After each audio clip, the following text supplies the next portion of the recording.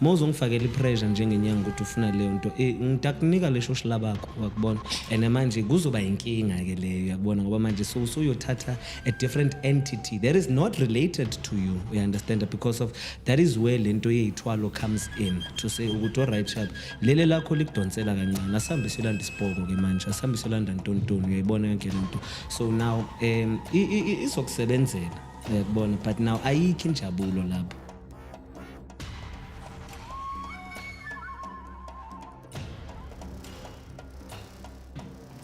Sinibingelele siphinde sinamukele ohlelweni lethu le-Echo Point TV. Lo bingelelayo uXolani Mfowambatha ke ushanda indaba ezitha uSontshikazi umthiya ushoti uMantindane Siqumsodile manje bukana kwaChosi Gqololo umthithi watakho takelo cathi umbukelo Echo Point TV nje wazi ke ukuthi njalo masifika sifika nendaba ezinhle ezimnandi ejabulisayo ehambisa igazi ke namhlanje ke angihamba ngedwa futhi ngihamba nomkhulu Bhubesi oke wafika la e-studio kabaningi bayamazi abamqali kodwa ke wena mawuthi uyafika uyamqala sizocela ukuthi ke uthathe ithuba lokuthi umlalele ukudla akeze nakho ngoba uhlaleza nendaba ezinhleke umkhulu Bhubesi la inyanga yodumo eyaziwayo phansi eJohannesburg konke amagumbi ke omhlaba ngoba uyahambela nendawo eningi. Ngithatha ke ithuba ke nginike umkhulu ke ukuthi akwazi ukuthi ke asitshele ukuthi uze ngani. Mkhulu sikubingelele sikwamukela ohlelweni lethu. Nkosi yami babombatha. Yebo yaphinde yadibana. Siyabonga. Uwelo muntu. Yebo impela cha. Ngiyajabula ukubona ngibulise nakubabingeleli ekhaya ababukeli beEcho Point TV ekhaya. It's good to be back. Yes. Yeah. Yebo. Siyabonga kakhulu mkhulu njengoba ke sengikuvezile ukuthi awuqala ukufika okusekuyihlandla cishe lesibili lesithathu noma ngingasazi. Umbukelo weEcho Point TV ungakhohlwa nje ukucomment ukulike ke ukusubscribe ukuze sikwazi ukuthi siqhubeke nohlelo nendlela eright samsane nani. Mkhulu singene nje odabeni sabe safulisa amasela. Ayingena ayishoma ihlasela. Yebo. Yeah. Mkhulu afika la. Right. Usakhuluma nawe kaningi kakhulu kodwa kunezinye ezezinto esifuna ukuthi futhi ukwazi ukusihlubela ukudla ekhasini ngazo njengoba babukeli bekulindile besifika futhi imbuzo njengoba ukwathi ukufika la ngisacela ukuthi umbukelo omusha mkhulu ukwazi ukuthi ke ukumvezela ukuthi usuka phi mhlambe kuze ufike kulolu bizo kilo noma mhlambe njengoba umkhulu bani oyini abe nehlupho umbukelo ukuthi ubani lo wakamlalele noma kambukayo. Right. Ngokuzalwa uThulani ubongithandwa kamdlalose but obviously umkhulu Bhubesi so nami ngumelaphi ngani ngoba ngasabela lolubizo labantu abadala xa bebiza so ngisebenza ngokwesintu ngiyalapha ngiyakhulisa ke nabantwana bamathonga so it's a journey man, a very beautiful one. Nanoma nje inezinto eziningi zakhona but ke na umkhulu Bhubesi umfana nje umncane Nkosi yami ngibona umncane kanjani kodwa ke na yibo ke laba abadala basiphethe so njengoba usushilo ukuthi angiqala ukufika sesibuye kwesibili and from the first one I think ukuthi sayishiya isezingeni elinye nje uyakubona so I guess we'll just be picking up from where we left off and you know sharing new information and new knowledge nakho konke lokho so I'm very happy to be here man. Yeah. Thokoza mkhulu. Gogo mkhulu kuyafana yabona because akekho yiwani uBhubesi baningi I don't know some other people they feel offended ethi mhlawumbe ezibona umkhulu bese uthi gogo kuya angakuhlafuna qede but yakubona mina ke ngihamba nabo bobabili zikhona izalikwazi bakhona makhehla so ngiye ngithi wena mawuthi gogo kimi kusho ukuthi usukubone leso salikwazi so I don't take any offense any ihlakaniphile. Yebo. Yeah. Okay, ake ngene nje lana ke ngoba usuthe ubriefa kancane. Ake ngene nje la ekutheni mhlawumbe umbuzo wami oqala ngifuna ukuqonda mkhulu ukuthi after uphumile la noma uke wafika la e-studio ukusebenza kwakho kube njani nabantu bakho osebenza ngabo. Ikakhulukazi engifuna ukucacisa ukuthi iziphi izinto oyinotisile ukuthi abantu ingqinamba abantu noma inkinga noma izifa abantu abanazo kakhulu la emhlabeni iziphi abanazo kakhulu ngoba ususebenzile ngabantu obathole via uze la kwi-Echo Point TV. Yes, right. Yeah, iziphi izinto abantu ababhekene nazo kakhulu ezinkinga. Yeah, so I think eyona nkinga enkulu that we are facing as a nation, as a country, as isizwe esinsundu, it's a lack of knowledge.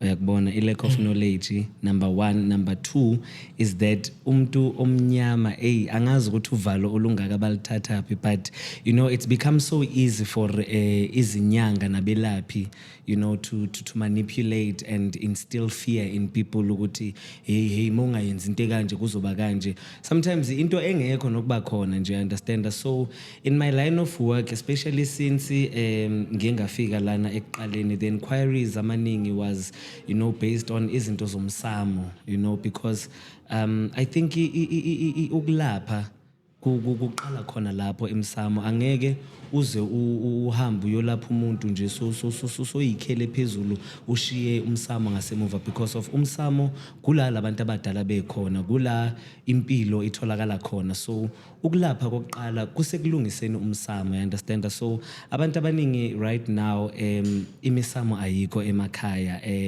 idlozi into enganakiwe, uyakubona, because of ama ideologies that they have emakhanda nako lonke lokho ukuthi amadlozi amadimoni, amadlozi etilwane netipoki, uyakubona. But kena since njengoba sesisenyakeni omusha, my whole festive season because yami angaze ngakuthola ukuphumula ukuthi mhlawumbe ngithi ngivalile, whatever the case is. But I think into enkulu esebantwini is that abantu bagcwele uvalo kakhulu, and lolo valo lusukela vele from einyangeni, uyakubona.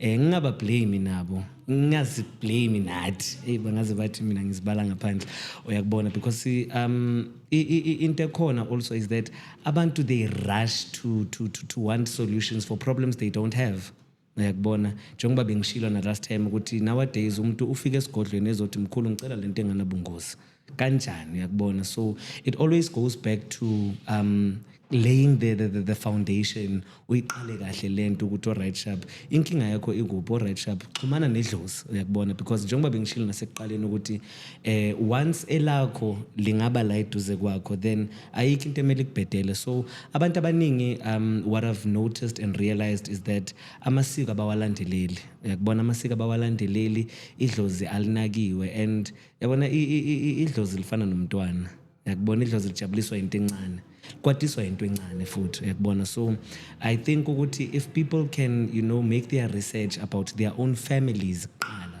yakubona ukuthi right sharp la ekhaya kwenzakalani kaThwala, kwenzakalani kaSibeko, uyayibona yonke le nto le. Because now uthi uhlangana nomuntu ongamazi nokuthiwa kwabani, umbone phila a certain lifestyle, bese uyayihalela, then bese wenza njani, so uyagijima enyangeni, uyogcina sozithola uthwele ungazazi ukuthi uthwele kanjani. Why? Because of awuna patience. Now that is another thing that people don't have, patience, because ufika kimi uzofuna 1 2 3 4 and then I tell you ukuthi this thing is going to be a journey, uyakubona, engayazi nami ukuthi izoba into eyothatha isikhathi singakanani. Abantu abafani, khona umuntu ozofika esigodlweni ufika umfake lawo mabhavu it after 2 3 days umuntu apope, uyakubona, zimkhalele abe right. Now enye into ekhona eyinkinga is that uzothi so upopile bese usitshela ukuthi hayi sesiqedile, wena usabuyele enyangeni manje uyoqedelela izinsebenzo zakho nan, and then so bese kube khona laba ukuthi mhlawumbe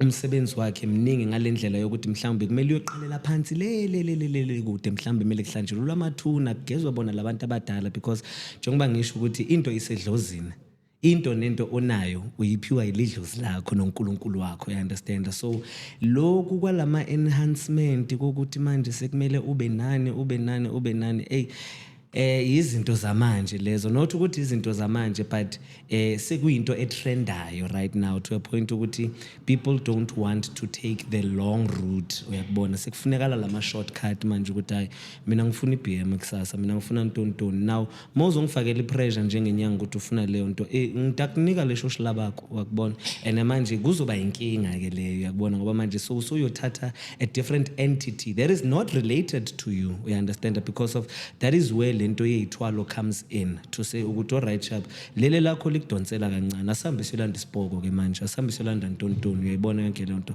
So now izokusebenzela, uyakubona, but now ayikho injabulo lapho, ayikho injabulo. Ngibone, oh my lord, kukhona umunye esihlala sonke lapha la bengihlala khona, bright young man, you understand, naye sengizwile ukuthi hayi ubuyilanda lento ngathi mangimbona naye ngathi wena madala sekukhona lokho kukhona sharp uthengile umuzi uthengile imoto but akaphile ngaphandle kotshwala uvukela phezukwabo ulala ngabo uyakubona and manje ifamily ayijabulanga injabulo ayikho emalini ngalendlela abantu bacabanga ngayo because uzoba nayo yonke imali but injabulo ibingekho because of lento lena iyaguqula as time goes on okwabona ube yiphara elinemali that's what they become ube yiphara nje nayo imali lana but ugcine sewuyinyanya uyakubona because too much of a thing is not good uyakubona so ilapho man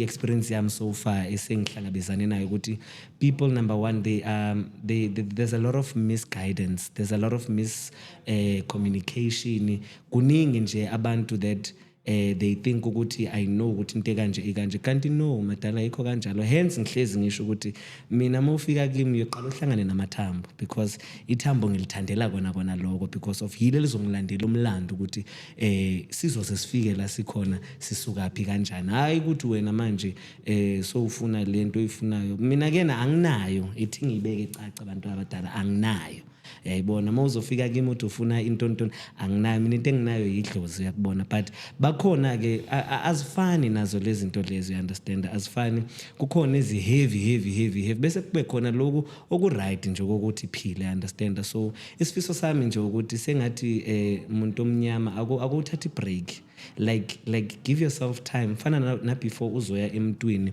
uthi uyenza 1 2 3 4 zinikeze mhlawumbe a day or 2 or 3 uhlale usemthandazweni ukuthi okay ngendaweni kanje am I right ukuthi ngiye lapho ini leyo ukuthi wena uzovuka ekseni so uqumbile udayi because uyayifoster leyo nto leyo manje usukuyenza because of uyifoster and angeke izihlakaniphi understand so that's just my 2 cents to everyone to say thatha isikhathi sakho.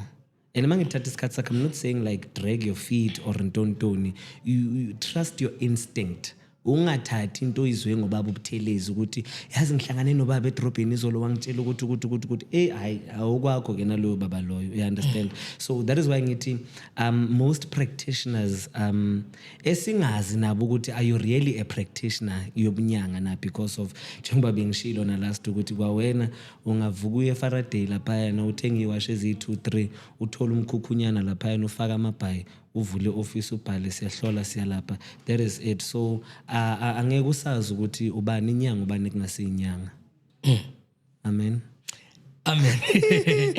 cha mkhulu namhlanje ngizobhoka ngapha ngibhoke ngapha alright ake ngishaye la manje njengoba uke wathwasa waba nogobela njengamanje ngisafuna ukwazi ukuqonda ukuthi mkhulu ubudlelwane bakho nogobela bakho bebu kanjani ngoba kunokuzwa emunye umuntu noma umunye umlaphi athi ngixabane nogobela izinto ezikanjalo ngifuna ungicacisela futhi kusebenzakalani lapho onobakho ubudlelwane bube kanjani nogobela wakho uhamba kule ndlela oyihambile wazofika la ukhona nje manje yabona le topic ongena kuyona madala inzima kakhulu inzima kakhulu because of now the relationship between uGobela noThokoza usuke uye kuGobela ngenxa yokuthi uphethwe ingulo umsebenzi kaGobela ukwenza njani ukulapha ingulo yakho and then bese maseqedile ukukulapha buyele ekhaya manono you understand now a lot of times now a lot of abelaphi or izangoma futhi laba abancane abafana nami kanje kunento ekhona man egcwele yonke indawo njengoba usho na ukuthi ubona kakhulu abantu bayakhala ngabogobela babo now abogobela man ngisho ngithi somehow banokungasiphathi kahle I understand why I cannot answer that why wakhona ukuthi kungani now on my side mina ekungeneni kwami esikhupheni ngangena vele ngengulo Gobela waqhuba wathwasisa wangibuyisela ekhaya uyakubona yathi ke mangisekhaya angeke ngize ngifihle nje ke kwaba namagishigishi yabona wona amagishigishi ave khona hayi kancane futhi uyakubona because of now abogobela have a problem of letting go sometimes you understand abogobela have a problem of letting go still why I don't know. I understand, because of maso khulisile waqeda then ahamba Bhubesi or bani uyobona nawe impilo. That is what they always say. Uyakubona. The funny thing is that makuhamba kahle uba isitha kugobela wakho. Sengisho ukuthi yabona mina mama ngiziphushela manje angithi angikhali kugobela uqedile umsebenzi wakho sharp ukuthi after lapho kwenzakalani sekuphakathi it's literally up to me. Yakubona njengoba ngisho ukuthi umsebenzi wakho njengenyanga ethwasisayo usuqedile uthwasisile uqedile ukuthi manje mina esigodlweni sami ngenzani ayisahlangene nawe ngaleyo ndlela leyo uyakubona. Yes, you'll be there for guidance and this and that and that, but now the problem is that futhi there's a gobela engingamuzwa kwelinye itende thizeni emgidini ngisakhumbula ukuthi bekumgidiwane.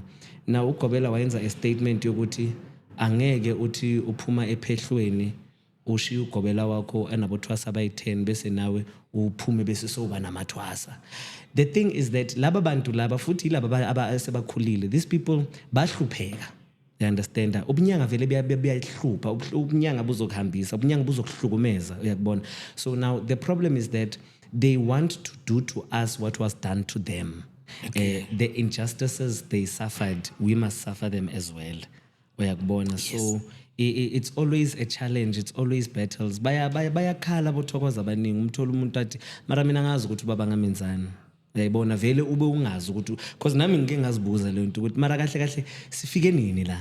Yakubona because besizwana kumnandi, but now here's the other thing. Njengoba ngisho ukuthi abogobela have a problem of not wanting to let go, and angazi ukuthi isukelaphi le nto le. Uthola umntwana uqedile ukuthwasa usebuyelile ekhaya, but umuntu akayinaki indumba yakhe weekend every weekend ukagobela, every weekend imigidi uyinaka nini yaphi eyakhe indumba. So now if ufana noBhubesi and you're like I thokoza baba I can't make it this weekend, so uqala uba inkinga.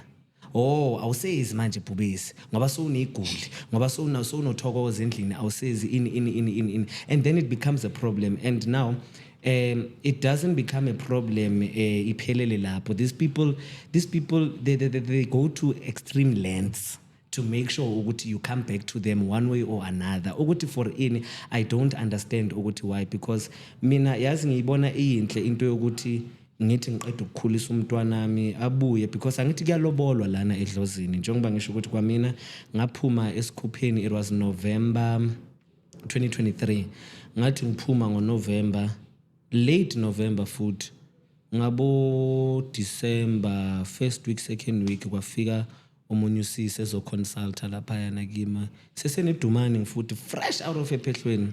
Yakubona ngingaqedi nenyanga ngiphumile ephehlweni, wafika usisi wezoconsulta saconsulta ngathi hayi gogo lento yakhe isedlozini kanje na kanje, wena ufuneka phakathi esikhupheni, but kukuwe ukuthi wenza njani. Angeke mina ngize ngithi woza manje ngene ephehlweni manje, I understand, but ngamconsult usisi ngathi these are your options, this is what you have to do and this is what you can do. Ugogo wavuma wathi ayi baba yazini mina ngiyavuma, wangena umntwana first thwasa lami ngalobola ngalo December lo. Uyakubona, mina amalobolo wami oqala was umama nomntwana.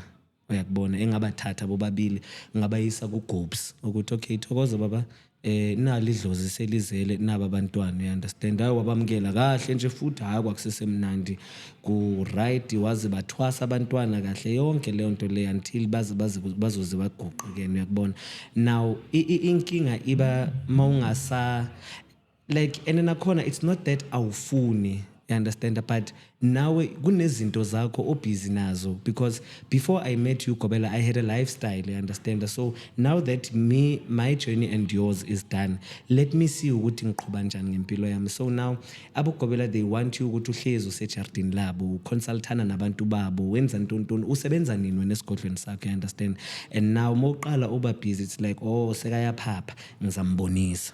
So that is where most kishkishes and altercations between uGobela noThokoza, that's where they are, you understand. So abo Gobela they believe ukuthi because of bona baqala ukulapha, and they always tell this to us ukuthi hayi angeke ukuthi ufike ekhaya bese soqala ufikelwa iguli vele. That is the truth, you understand. Angeke ukuthi vele ufika, but ngifuna ukuyilungisa nayo leyo nto ukuthi why do you say angeke?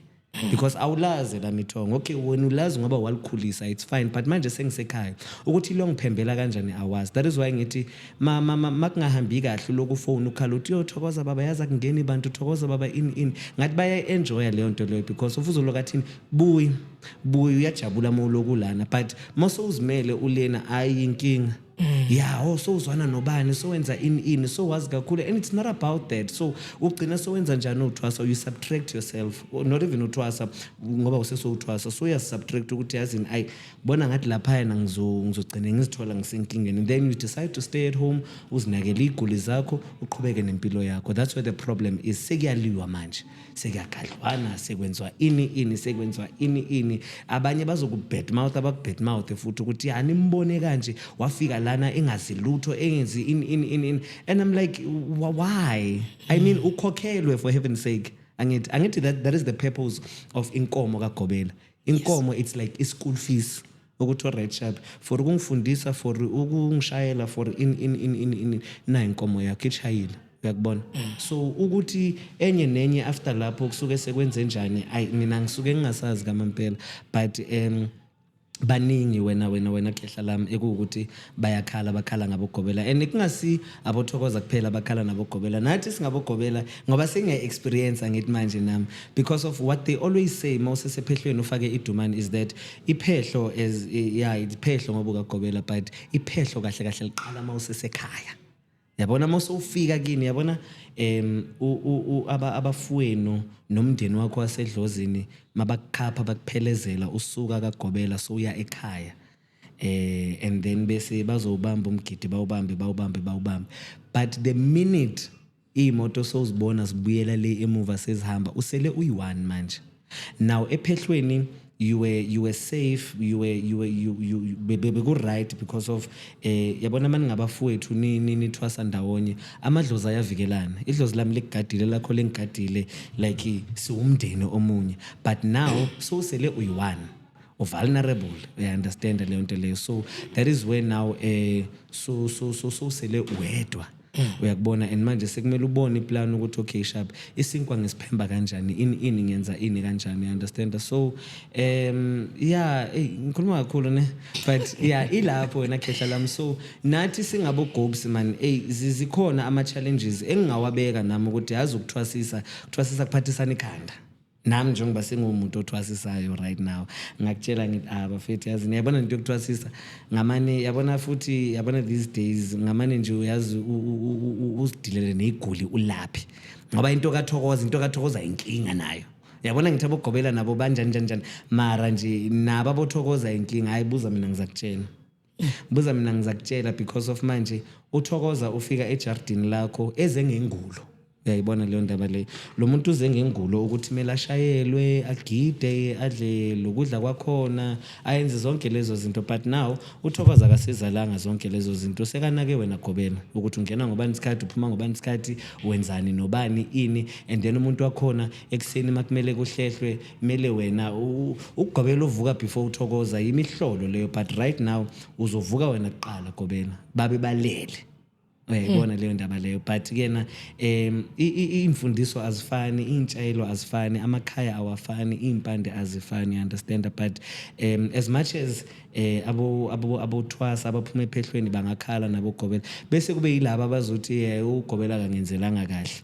Yini kahle uyazelaphi, uyayibona, because ufike kimi ungazinex oqala ulazi ibhudlu lifundiswe yimi ini awuyazi in mara wena sekuwozotshela mina ukuthi hayi baba kushoda yini. I'm not saying ukuthi you have zero knowledge of what should be done. Yabona mina always say this to my kids mabazongena ephehlweni ukuthi okay sharp, mina bayabona phakathi kwami nawe right now yi-50-50.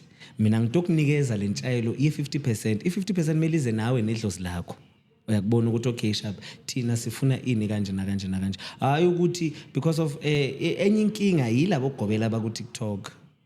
Angi-understand umuntu ozothi thokozani bogogo nabomkhulu, this message is for amathwasa. Hayi bo amathwasa kabani?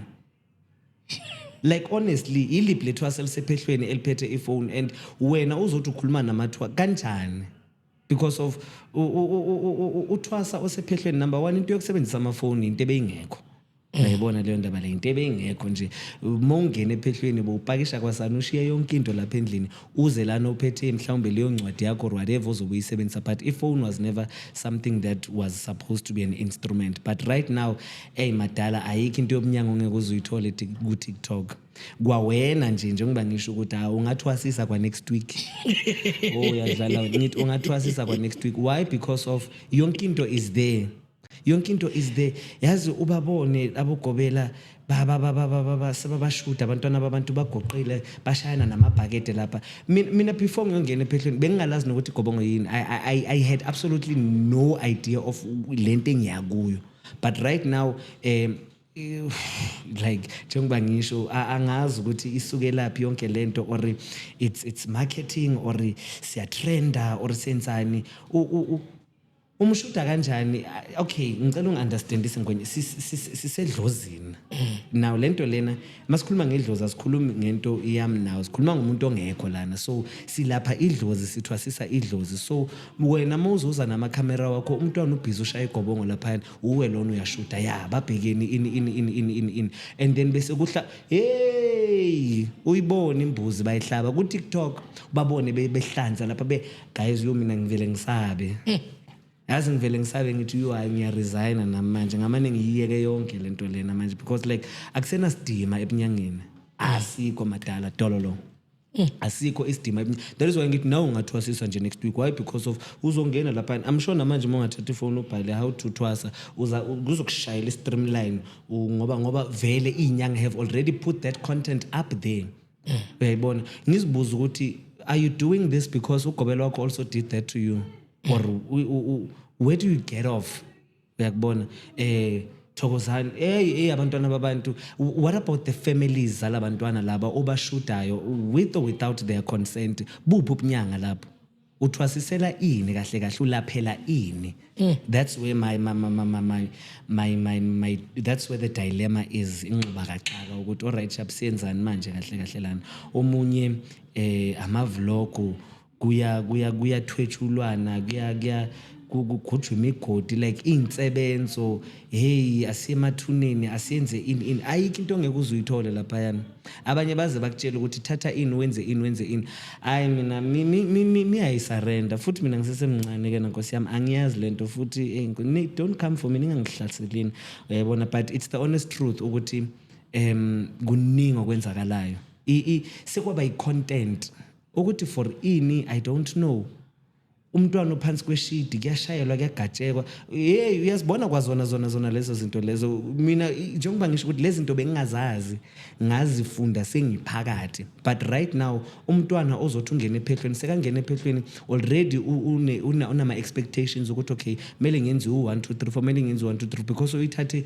kuwo lama socials nazo zonke lezo zinto lezo so you wish madana iwishi so into kaGobela noThokoza it's very broad uyakubona bambalwa abasathi mina ngisazwana nobabami uyakubona ubabakho inyanga yakho bambalwa kamampela why because of ziningi izinto there are many things you understand nami I've been in a situation whereby I've lost to Thokoza you understand uthi umntwana umkhulisa engenile esikhupheni mshayela kahle azangena enkanini umntwana awusesibhekane nelanga lokufa manje sekumele ukuthi umuntu azophothula manje aqeda abuyele ekhaya umntwana adle phansi uyayibona leyo nto leyo nawo makadle phansi uhlangane nalomntwana lona sekageze ikhanda sekageze idumane ngizibuza ukuthi kanjani because of mina akunathokoza ongafika kwami afike ngedumane bese azothi ngimgeze because of number 1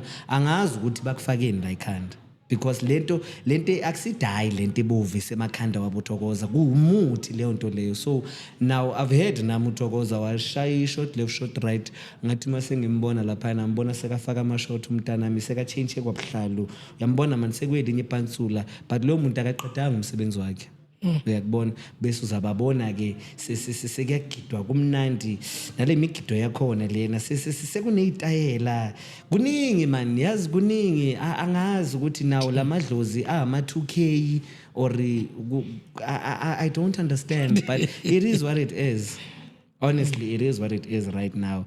Number one, akusena mfihlo, akusena sithunzi, akusena ntontoni nje. And motor Bega, it goes back to, when those 2 ladies or 3 ladies were starting this thing, Angoma Zodumo and stuff. That's where now things were starting to be exposed. And then they were like, oh, again, why? Not us shoot. It's really sad. It's concerning, but again, sizawuthina. Kunale nkulumo lena mkhulu ethi ukuthwetshulwa komuntu, angazi ngisafuna ungichazele kahle lapho kabanzi ukuthi ukuthini ukuphawula kwakho wena mkhulu ngokuthwetshulwa komuntu. Now ukuthwetshulwa komuntu, according to my understanding, ukuthwebula ukuguqula ngandlela thizeni, yakubona, because of uzothi uxolane uright ukanje, and then bese sidukuduku after some time uyabona ukuthi hayi khona okungasahambi kahle manje, uyayibona leyo ndaba leyo. Now you start to investigate ukuthi okay, what's wrong. Now ukuthwebula into ekhona, ukuthwebula futhi akufuni into eziningi nakhona, uyakubona. There are many ways to thwebula. So now abantu they use ukuthwebula right now. Ukuthwebula basically ukutshontsha, njengoba ngisho ukuthi ukuguqula, uyakubona, from this to that. You are twebbled from this to that, uyakubona. So abantu uthi umuntu esebenza kahle enenhlanhla yakhe, idlozi lakhe limphilela nan bese kena after some time mhlawumbe I don't know ukuthi kuzobe sekwenzakaleni uzozithola uthwetshuliwe, uyakubona, but kuba ile nto ukuthi izinto azisahambi ngomumo. So kukabili ukuthwebula according to my understanding, uyakubona. Kunokuthwebula for the good and ukuthwebula for the bad, uyakubona. Now kukhona ukuthwebula kokuthi okay umoshakele, uyakubona, izinto zakho hayi akusichitho akubhadi akudlozelibe akuyo yonke leyo nto. So we then say ukuthi kumele ngiyokuthwebula kabusha, uyakubona, sengiyokuqalela phansi, ngiyokuguqula, ngiyolahla, uyabona, njengoba ukuxolane kanje, sengiyokudiliza, ngiyoqala. Well, usually we do these things emabhaceni etindlela lapha esigangeni or ehlane or whatever the case is. That is where now ngiyothatha however method that I'm using, indlela zifane, but the concept of ukuthwebula is to rid of the you now and instill something entsha or whatever the case is, uyakubona. Say maybe right now ngokuthwebulela sesihlolile siyabona ukuthi hayi wena ugangelwe kanje nakanje bakuqedile kanje nakanje, then ukuthwebula would be now taking you to it's rebirth one way or another, uyakubona. So that is why ngithi ikabili, it's for the good and also for the bad. Ungathi uhamba kahle nje yonke into yakho, na ukuthwebula kakhulu kuseyinhlanhleni zabantu, you understand ukuthi hayi njengoba ngisho ukuthi ithi ngakhuluma ngamanzi idumbu futhi, but abantu they've got izinto zabo that they use. Abantu banemimoya yabo abahamba nayo ezokuxoxela ukuthi hayi lona ini kanje nakanje, uyakubona. Bese umuntu afake whatever nkwayindana azoba iphethe or whatever, fika lapha nahlangana nawe emall, ukubamba ngesandla ngathi awusho mfowethu ntontoni, ichayile le nto leyana isiyothatha kwasani. Why? Ngoba ubuthakathaka wena, ubuthakathaka ngithi wena uphahli, wena awuhlabela amadlozi, wena awusebenzisa impanda, awusebenzisa intontoni, uhambela phezulu nje, uyakubona. So when you are weak, then obviously ukukuthathela kwasani kungaba into encane nje, uyakubona. Ngathi sihlele kanje kuwe a piece of your hair, thatha lento hambisa lapha yana or whatever. We can use anything. Nabantu abazokushaba kuthwebule ngesithunzela sakho, basically anything le ngiyifunayo ngizoyithola, that is ukuthwebula, yakubona. If ngifuna ukuqeda ngawe, depending ukuthi siku level bani, ukuthi ungone kangakanani or lento engifuna ukuyenza ngifuna ibe ne-impact ekangakanani, but there are many ways to do it. Mawufuna nje ukuthwebula umuntu nanoma sihleli kanje nje, makuwukuthi njengoba ngisho ukuthi it's not natural. Yeah, it's not natural, especially this one for the bed. Most uqala uthwebula umuntu engakwenzanga lutho. It's never natural because of manje kunamandla thizeni ekuzomela ukuthi ube nawo, uyakubona. Kunento thizeni ekuzomela ukuthi ube nayo, so that mangizokubheka kanje inhlamvu ngizomehlo already sengena kuwe hayi la chopela ukhayikhayi ini se iyayenzakala lento iyayenzakala. Ngibona ukuthi bheka kanjani kona manje. Hayi mina nginayibhoko khuleka, mara sengisho ukuthi like ozobe analeyo nto leyo angabheka nje kanje kanti lokhu uyamunya. Uyayimunya lento, uyayitransfera lento, iyasuka iyadownload iphuma kuyingena ke iphuma kuyingena. However it is, nami angazi inkosi yami ngicela mina ngasithandazela, yabona sebenza ngamakhandlela neyiwash, but kuyayenzakala, uyakubona. Ukuthwebula has become a thing, man. And futhi kuthwetshula umuntu, kuthwetshula idlozi, kuthwetshula kwasani, kungathwebula kwa business, ukuwiswe kudilike kwasani, uyayibona yonke lento. That is why ngithi mawubuthakathaka, because of mawuqinile then uzoyizwa ukuthi content enzakalayo bese usheshe wazi ukuthi okay ithi ngilungisa isikhathi sisekhona, or you'll know what to do, uyakubona. But ke nama ukuthi wena uphila angazi ngelizwi lemvana kuphela nje, then angazi kena, uyakubona. And I don't know why people like naye enye indaba ke ezongixabanisa nabantu abaningi, you know, because of Christianity. Izinto sometimes ozozithola kubuKristu azihlukanga ebungomeni ngokubekeleke yona right now, because of uzoma umfundisi lapha yana akutshele ukuthi ungahlabeli amadlozi, because of now what is the reason or the essence of ukuhlabela amadlozi nokwenza zonke lezo zinto. Kusuke kwenziwa ini? A sacrifice, right? Mangizothi kuwe no, asike siyoshweleza lapha yana edlozini, siyoncenga, siyocela, asiba bribe akuya ngamandla ngithi ukuthi uthenga idatha engakanani, asithi inkukhu i100 megabytes, yakubona, izokulast isikhathi esingaka, and then bese mandla makhona uthenga imbuzi, hayi imbuzi 5 gig kena, yakubona, then bese mona mandla inkomo i10 gig kanjalo. See, now ku wrong ukuthi wena umuntu onsundu uchitha igazi ekhaya lakho or whatever the case is, uthi uhlabela idlozi lakho, yet ngene inkingeni, yet uFather God yathi ma ilizwe libheda sekabona ukuthi kubi, wayenza njani uNkulunkulu? Wathumela indodana yakhe ngithi ukuthi izoyenzani, izosithandazela, izosenzela ini, izosifela, wafa lo yamuntu angithi. Now uNkulunkulu azange athathe inkomo or ibhubesi or a lion or a whale. He could have used anything as a sacrifice. Actually, that's what it is. Yes. It's a sacrifice. He sacrificed his son for us. So uyayibona the connection njengoba ngisho ukuthi ezinye zezinto azihlukanga. uNkulunkulu wanikela ngendodana, wabulawa lo yamuntu brutally kabuhlungu futhi, uyayibona leyo ndaba, waphinde wavuka. Now mina mangizothiwasisa lo Thokoza ngimtetisa lembuzi yakhe ngithi manje sesivusa lo muntu ngirong mina. Ngirong, kodwa mongathi uyayibheka lemfundiso yakhona nentsha ayihlukanga kakhulu kunaseBhayibhelini, izihambiselana lezi zinto, but mina i-sacrifice yami akuseyomuntu, mina ngisacrifice isilwane. Uyakubona, mara ngale uzubabone futhi amaKristu each and every Sunday mabadla umthendeleko bathi baphuza ini iwayini, bathi yini le wayini leyani, igazi lemvana, badla ini umzimba. Ungawudla umzimba womuntu wena?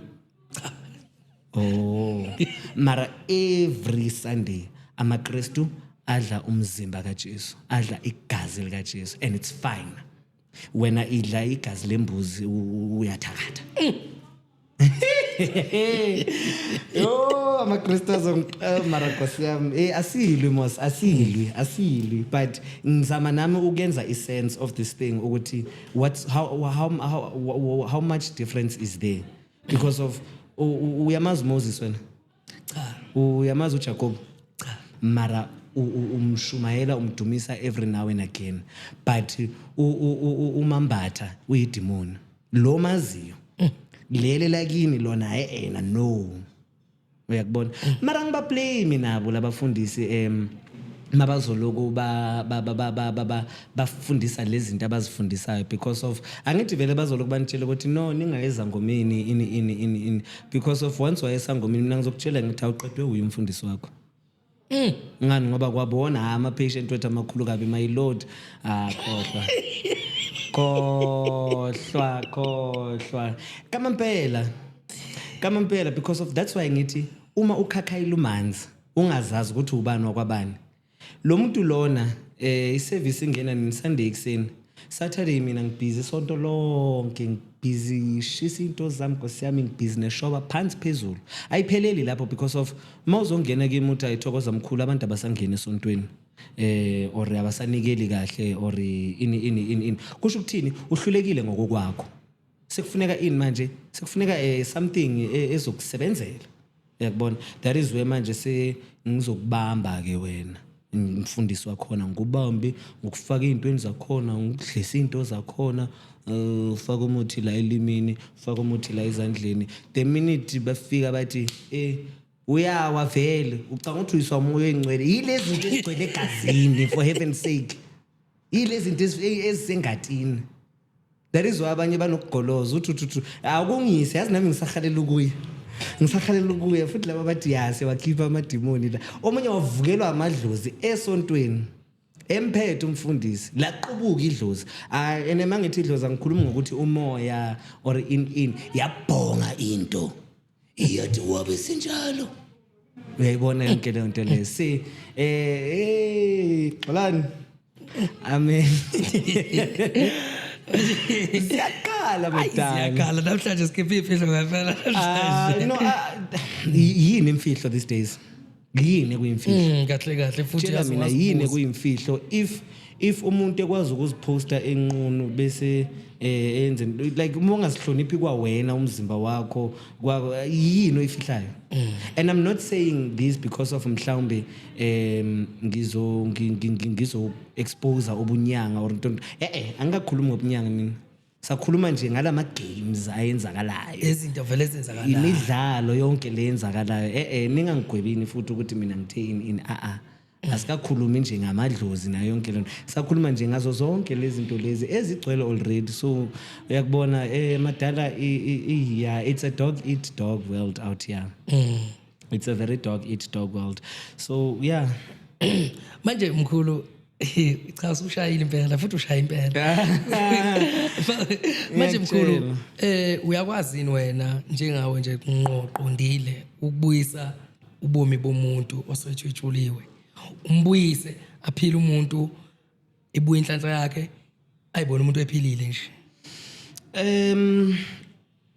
without ukuzitshela or ukuzigabisa I've done it and I still continue to do it yakubona mina lapha kimi mfethu wena khehla lami ufika njalo abantu esebakhathele yazi mina ngaze ngithola 500,000 endumbini mara njalo bafika bathi mkhulu isiqedi kushiya 700,000 kuphi isiqedi mara ufika emsobakhathele ayibona yonke lento and ngikusiza shem yakubona so isenhlolweni isethambeni uyakubona because of angeke ngize ngithi yeah I can yakubona but kuyomela ukuthi sichitha amathambo sibheke ukuthi alright sharp ikumoshakele kuphi kanjani okay insizakalo yakho ithini so yeah ayikho into engalungi madana ayikho into engalungi konke kuyalunga kahle nje futhi so ukuthi nje mangizolungisa into yakho sekumele ngivume ukuthi ngiyozifaka empini na whoever osuke ekulehlele ngaleyo nto because once they see ukuthi le nto yethu seyisukile isusobani obhubesi that's why mina ngingalali ebusuku because of ngibusy ngikutsana namabullet wenu nezinto zenu nazo zonke lezo zinto lezo yakubona so yeah kuyayenzakala ukuthi enhleki kuyakhonakala yeah we can restore lives man wena madala kulapho kokulapha uyakubona so yeah it's not a train smash also akusinto elula yeah understand that because of yeah ungambuyisa umuntu kube right but for an instance asithi lento lena mhlawumbe ayikho emntwini isejardini orekhaya uyakubona si mhlawumbe bathi no sihlushwa ispoki thizeni or intontoni abayazi lento ebahluphayo. Now kulula somewhere somehow ukuyosebenza umuzi ukuyokhipha isilwane kulelo khaya makuwukuthi leso silwane sithunyelwe kulowo muzi safakwa kulelo khaya kubona mhlawumbe umuntu obeka kusukela or obekuyisitha sakho shadisa nemfeno or whatever the case is yonke le nto le then it's fine ngakwazi ukuthi ngisuse sibone ukuthi ngihambisa kanjani but le yakini hey kula inkinga ikhona because uyangizwa ngithi asifani lezi zinto khona le othunyelwe ngayo akuseyala bese kube khona le yala ekhaya eyalandwa umkhulu ngo2000 or ngo90s ban lezo ke ziyagoloza madala hayi lezo ziyagoloza because of uzothi ufika bese ithi into ungisabi ungisabi I've encountered that once upon a time not once upon a time manje kule festive esibuya kuyo I got a call from a patient Thokoza Mkhulu ucela amathamba siyashaya inhlolo they couldn't come because they are in Cape Town now we do the virtual consultation siyahlola ngiyayibona lento lena ukuthi hayi khona ubhululo okhona lana yakubona and I'm like all right no mele kusetshenzwe and this person is like yo mkhulu like the way kukubi ngakhona ngicela ngizokubhukhela iflight in 2 days time ukuthi uze malini inkomo yakho ngithi hey gogo ngizabuya ku athi mamela yazini anginamali mkhulu kwamanje ngicela ukunikeza ideposit ye20,000 uzokhona ukutravela na athi okay hayi sisendleleni ngabe ngilungisa ngithi ayithi ngipakishe ikhwamanyana now because of I had 2 days mangiyolala ebusuku man hayi ziyabuya le ibhoko zami ngiyayibona man lendlela ukuthi khona okungahlangani now masi consult lento lena bese consulta C2 nomunye umfowethu siyayihlola hayi ngivuke ngithi hayi mfowethu mina lento yase Cape Town angiyizwa kahle angiyizwa nje kahle athi lona hayi man sijwayele ukuyenza lento lena asahambe sikhipha isilwane ngithi indoda phela lesilwane lesi sibuya lenhlolweni futhi nomfowethu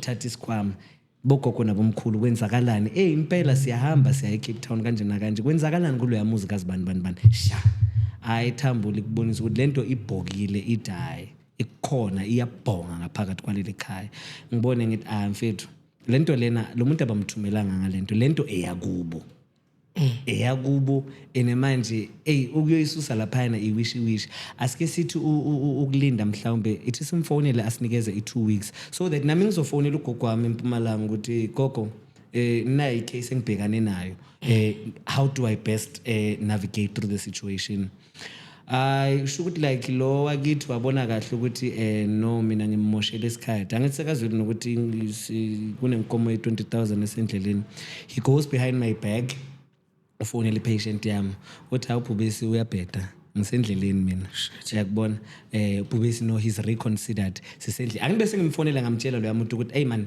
something came up ngiphi 2 weeks nyana sizoza after 2 weeks uyambona ukuthi bekangajabulanga but what okay so lona uyamfonela uthi hayi angeke phela bekuwabo November December lapho uthi hayi angeke mina ngiyahamba ngathi hayi okwakho mina ukhulume sakudlala futhi I had some other work ebengibusy nayo ngazihambela ekhaya ngayo push umsebenzi wami hayibo 2 days later ngifonelwa yile patient lena Thokoza Mkhulu kunenkinga khona lana yini inkinga athi nangu umntana kini akwazi ukuphefumula lana umntana kithi ubani lo athi umfweni lobo consultant naye ngithi ufike nini lapha athi lo muntu uflyelwa afika la sifike zamxaka ke lapha ayimshanga ngemfeni impama kabhlungu kanje ayimshanga impama imfeni uzwa nami ngikhuluma into ezingekho bheka so it's difficult ukusebenza ngento eyalandwa yathiwa because lento kuthiwe kukini lana uyakubona angeke ufike uzongikhipha nje unless if mhlawumbe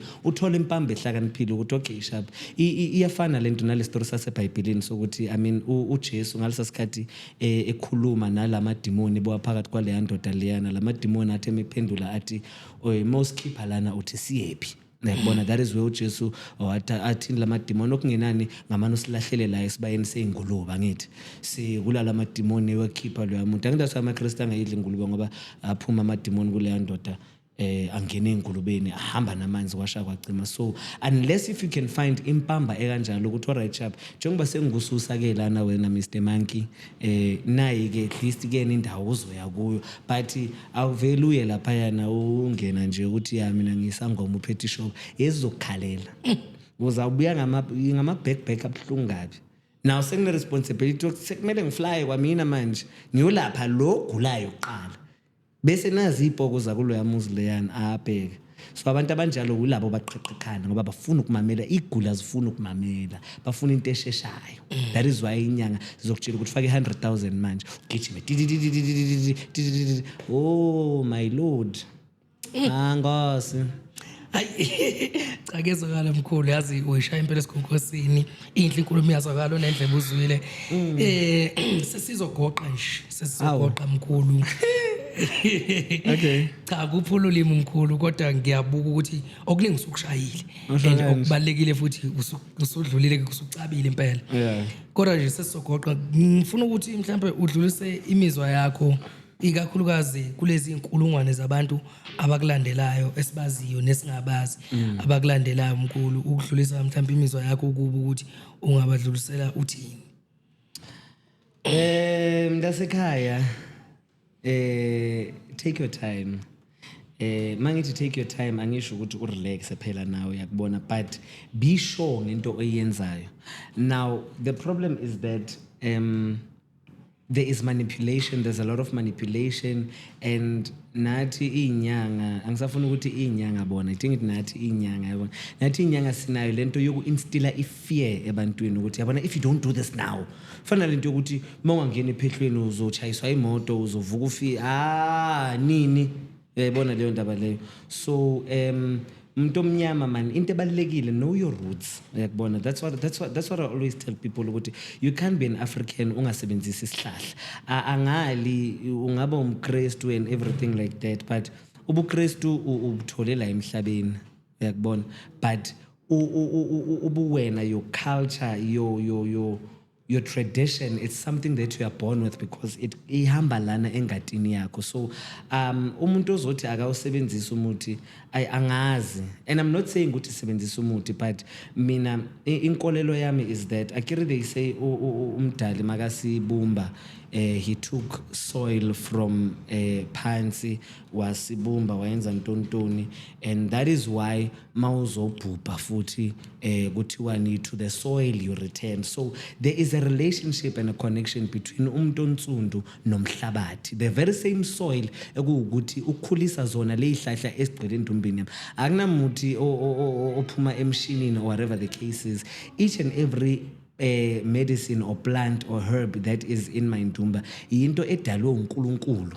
Uyakubona sekuwukuthi uNkulunkulu unginikeze ukuhlakanipha ukuthi okay lesi sihlahla lesi siyenza u1 2 3 4 lesi siyenza u1 2 3 4. Sekwaba nje umuntu nenhliziyo yakhe nengqondo yakhe wafika nokuthi umavula kuvaliwe uvula into eziright, hayi what if ungavula nenkinga.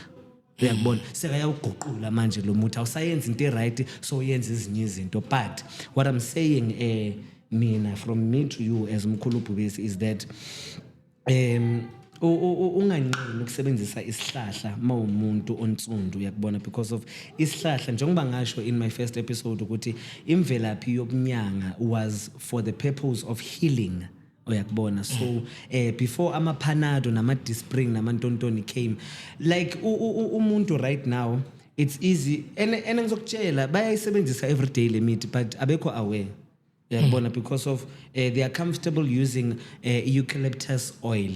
But mangakubonisa isihlahla se-eucalyptus ngithi nayi impande ye-eucalyptus awuyifuni yona, kanti it's the very same thing. It's just that this thing is a modern version of what was extracted from this root, we understand, because zonke lezi zinto they are not man-made, they come from nature.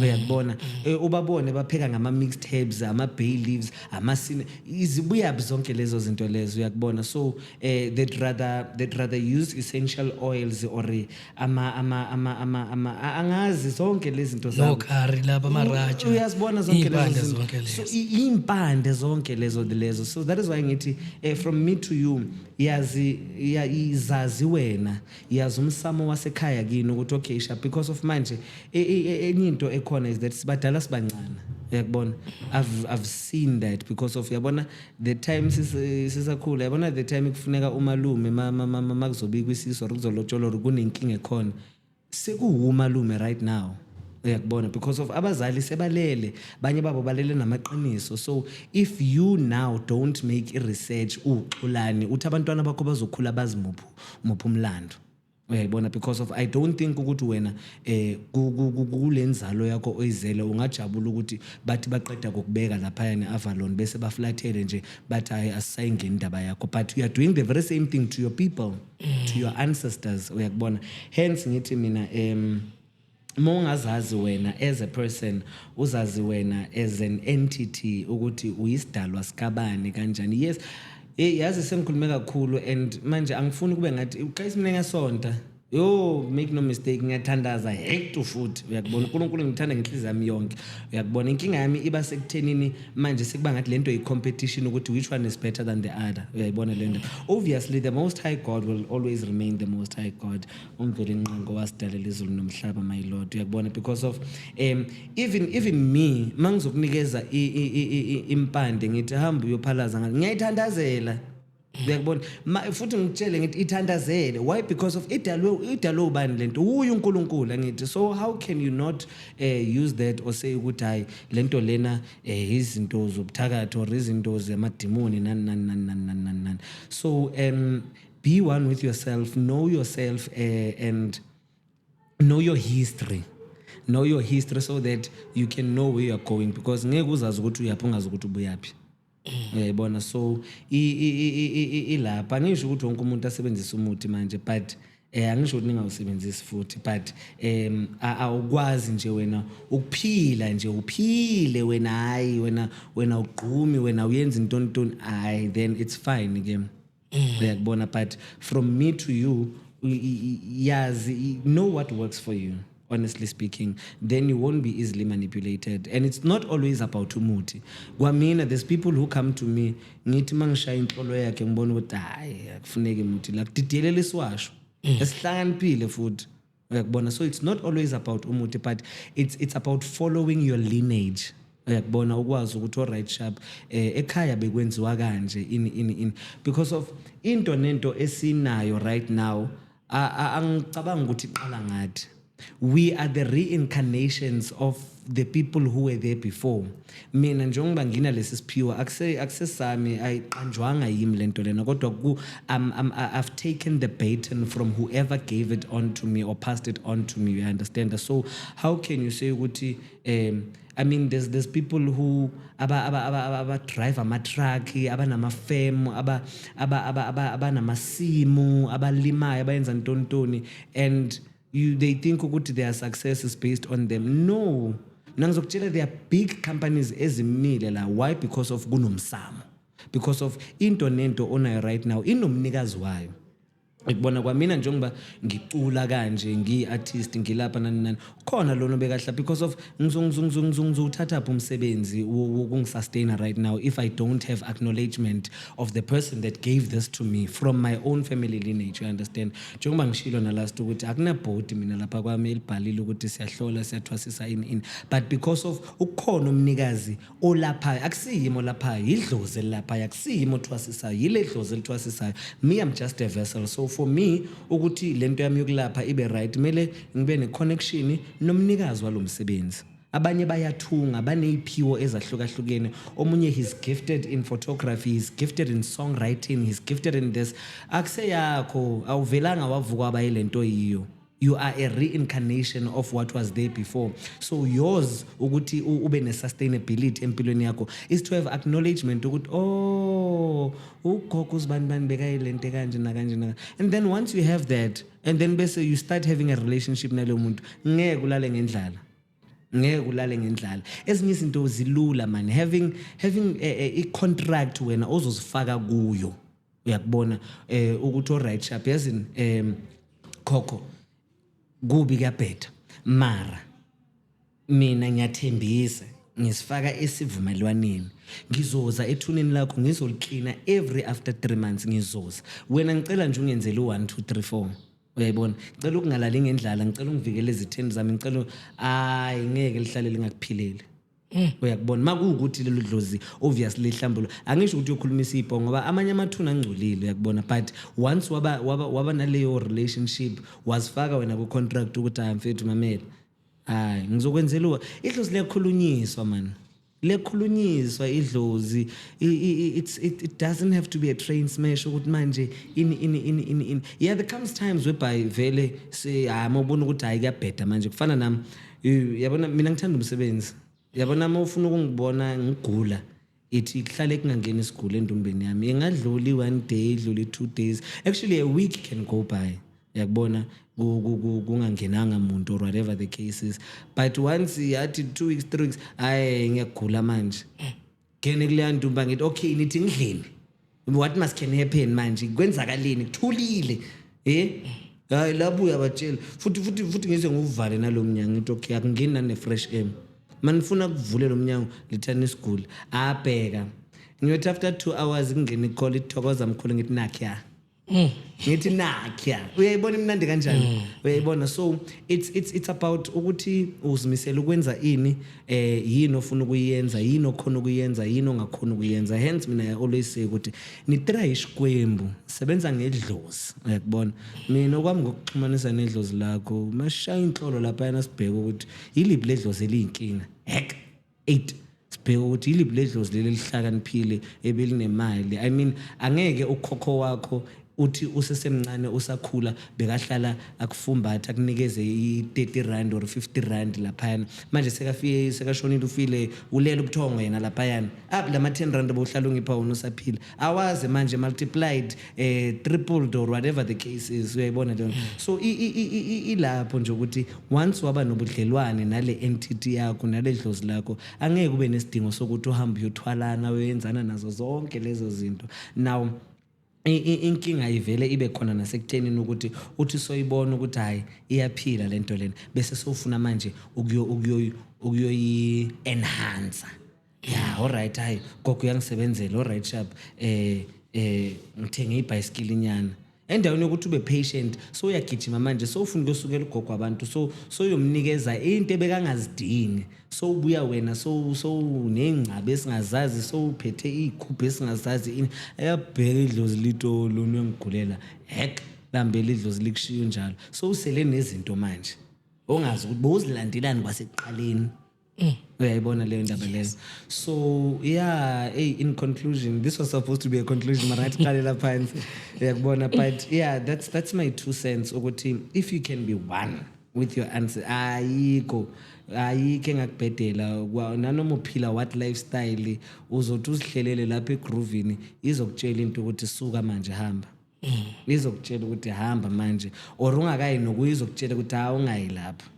Those are the things you should listen to and trust because mawuzo forced hayi okwakho uyakubona umuntu omnyama man makanga relaxa athathe a deep breath athandaze ngakhohle ukuthandaza uthandaze uphahle ubikela abakini ubuze ukuthi okay inkinga ikuphi yakubona and then if they are not responding to you that's when now you come to me ukuthi ayithokoza mkhulu ngicela amathambo yakubona awufiki kimi uzongitshela ukuthi cela amathambo yakubona because nawe as a person kula uzobona khona ukuthi lo muntu uhlola into ekhona noma into engekho because of mina bathi bafika lapha yana bese ngithi akunadlozi ekhaya bese athi Moses bafakile last year kanjani impamba indlela yokwenza because of abanye abantu bayayenza imisebenzi bathi bayenza itiye bathi bayenza umsebenzi wamadlozi kanti akunadlozi elikhona lapho kufanele ukuthi mawufika kimi ngishaya amathambo ngithi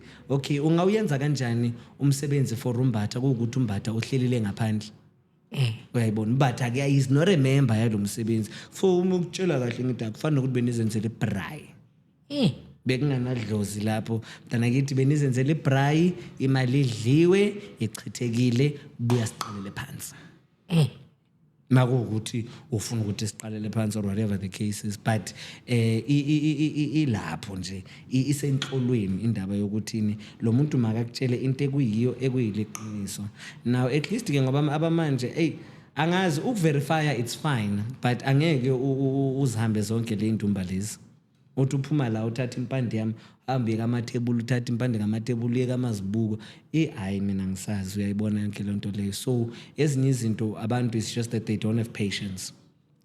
They don't have patience and also they want things done their way, not the Dlozi way, because mina I work the Dlozi way. Uyabona kufana nawe uma ungafika kimi uthi Thulane yazi Bhubesi yazi usiba likhulu in kahle ngifuna isichitho. Uyakubona ufuna ukuchitha usiba likhulu ngikuthula ngibhenge okay usiba likhulu all right sharp hayi bese uyabuza obvious kuzoba imali ngithi imali engaka. Now the minute uqeda ukuphuma endumbeni yami sekuyi responsibility yami mina nyanga ukuthi ngisale ngicheck ukuthi siba likhulu undini we uzoze ushawe ngesichitho bekwenze njani sha bona amathamba atha umntana abantu akayenzanga next uphethwe ukusa lo phethwe ukusa lo all right hayi ngizabona ukuthi ngilungisa kanjani ngizakunika lo ifunayo mara hayi ngendlela yakho. Uyakubona instead mina ngizokushaya ngenye reverse psychology osebenza ngawe ngifocus kuwe ukuthi gezeka ube right thola umsebenzi or thola imali uyekele ifocus yakho neattention kusiba likhulu because the reason unake usiba likhulu is because of ukhohlakele unenhliziyo embi uneqhubu ongalazi ukuthi elani kanti uma ungathatha yonke lento uthi nje 8 in the daily box uzoba right because of ezinye izinto akusuka ukuthi impumelelo yakho ivinjwe ukuthi ushayiwe or uthakathiwe ile inhliziyo zeni ezimbi ile inhliziyo zeni ezimbi uyayibona leyo nto leyo. So ilapho man into yazo zonke lezi zinto lezi siloko sikhuluma ngazo hayi singayibamba kuze kushona ilanga yazi ayikakhuluma mkhulu cha ngiyakuzwa mkhulu Bhubesi cha ulicabile ithambo ngiyacabanga ukuthi umkantsho okhona mncane ngeke ngisho ukuthi uqedile mncane ngoba usazobuya futhi uzoqedela thina sikuthandayo ukuhlala nawe usipha ukudla kwendlebe ngoba okubalekile yazi akuyona imali kuphela eduduza umuntu noma emlaphayo nokukhuluma nje ungakathinti imithi nendumba khuluma nje umuntu uyalapheka injalo that's where the first healing is. You understand asekukuthi as invoice mara sekumele izinto zishintshe manje because nani ninaka ukudlala ngathi yazi umuntu afika athi mngani ukhona endlini ngithi hayi ngikhona athi hayi ngiyeza ngizokubona endaweni ukuthi umngani uzongibona nangu umngani akasakhulumi noThulani seka investigate uBhubesi because into oze ngayo akuseka Thulani nomngani wakho umngani wakho uThulani hayi uBhubesi so ukhanti ukuthi uthuze kimi bese uzongitshela ngamaphupho sekumele manje ngihlahlube leli phupho lakho sekumele manje ngimamele nawe lento oyishoyo and the sad thing is that I'm not invoicing for that. Uyakubona you are taking advantage of that now so siyahlukumezeka nathi siyinyanga umunye kufonela ekseni Thokoza mkhulu kusho ukuthini ukuphupha ugijima ngeenyawo mara uphethe imoto ekhwapheni Thokoza mkhulu ngiphuphe ngwile eshaweni Thokoza mkhulu ngiphuphe mara mangaqala ngithi right up yazini sengicharge 150 for lama dream interpretations wena badla phansi bazobaleka uyayibona yonke le nto le so ngamane kube kanjalo kamampela because this is it's manipulation and no uyakubona so but then shando kandaba naso-ke mkhulu konje kuyi-social media nasenambeni akwashintsha inamba usatholakala ngendlela tholakala kanjani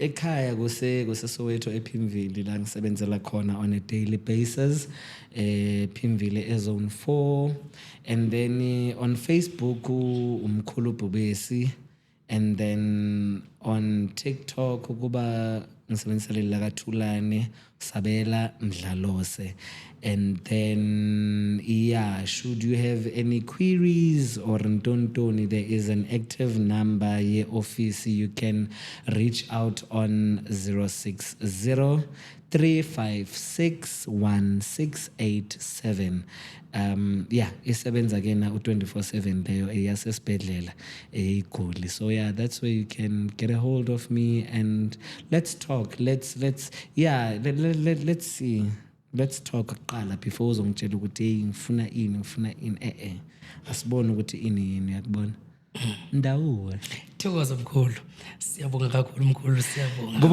kubonga mina thank you for having me man again uyakubona and sithemba ukuthi mhlawumbe ababukeli bazawuthanda ukuthi mhlawumbe ikhehla libuye futhi sizawuzwa ngabo. Yeah. Yeah. Thina sing Echo Point TV sesiyahamba ke sesenyamalala kodwa ke niyazi ukuthi ke asihambe ijuba lika Noah, siyabuya nje ngekudala, sobuya futhi na ungaqhubeka usibhalele embukelo Echo Point TV The Call, usho ukuthi yini mhlawumbe ufuna ukuzizela nayo, noma mhlawumbe iluphi ubizo lakho nalo, noma yipi inkinga noma i-challenge obhekene nayo kwindlela oyihambayo ngempilo yakho. Siyabonga kakhulu ukuthi nihlale nathi ke namhlanje besihleli nomkhulu Bhubesi ke umlapho omkhulu ke ongaqala ukufika futhi useyilunga usewumndeni nje lana ke ngazi ngesiya